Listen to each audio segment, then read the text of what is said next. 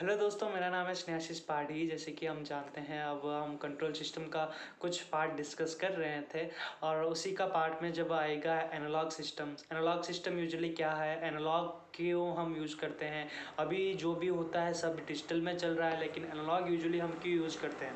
पहला है analogue system. Analogue system का यूजुअल डेफिनेशन है, when electrical equivalent circuit is converted of a mechanical system, when electrical equivalent of mechanical system is called analogue system. एक electrical equivalent circuit को हम mechanical rotational form में जब लाते हैं उसको ही हम एनालॉग सिस्टम बोलते हैं। मैकेनिकल सिस्टम्स ट्रांसलेशन सिस्टम आप देख सकते हो कैसे है। तो इधर पहला है के कांस्टेंट, जो कि स्प्रिंग कांस्टेंट से आता है। उसके बाद एफ एंड उसके बाद मीन्स कुछ भी नहीं है F1 फोर्स में। तो फिर उसका यूजुअल फॉर्मूला क्या होता है, उसमें खाली मास दिया है F1 में।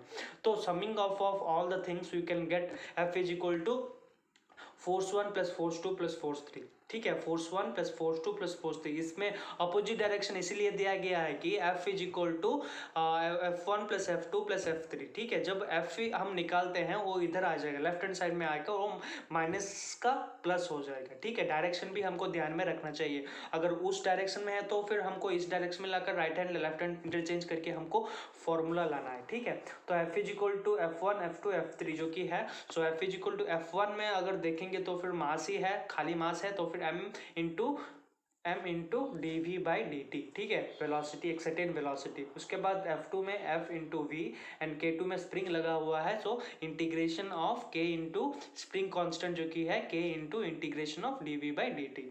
उसके बाद डबल इंटीग्रेशन जब हम डालते हैं, डबल इंटीग्रेशन में यूजुअली क्या होता है, इंटीग्रेशन डबल डिफरेंशिएशन जो कि D square by D T. So double differentiation में हम जब वेलोसिटी में लगाते हैं m into D square x by D T D F D T, उसके बाद k इंटू एक्स। ठीक है, this is how the formula of what, this is the formula of the constant formula of mechanical transitional system। ठीक है, तो फिर उसके बाद हम और देखेंगे तो मैकेनिकल रोटेशनल सिस्टम जो कि 2 में है। ट्रांजिशनल सिस्टम के बाद रोटेशनल सिस्टम जो कि एंगल में मापा जाता है। सो जब एंगल में मापा जाता है T1 T2 T3 का यूजुअल फॉर्मूला क्या है, J into D omega by D T plus F omega into के इंटू इंटीग्रेशन ऑफ ओमेगा, जिसका डिफ्रेंशिएशन सेम है। ठीक है, तो फिर उसमें वी एक्स हम यूजुअली यूज करते हैं, इसमें क्या यूज करते हैं, ओमेगा एंड थीटा को यूज करते हैं। ठीक है, पहला है मैकेनिकल ट्रांजिशनल सिस्टम, उसके बाद मैकेनिकल रोटेशनल सिस्टम जो कि एंगुलर डिस्प्लेसमेंट में आता है। ठीक है,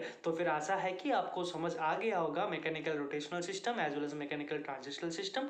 तो फिर I hope that I will be ending this video here itself. If you want to contribute to the for educating childs or educating students who are living under poverty, you can also contribute. Below in the description I have provided everything for you.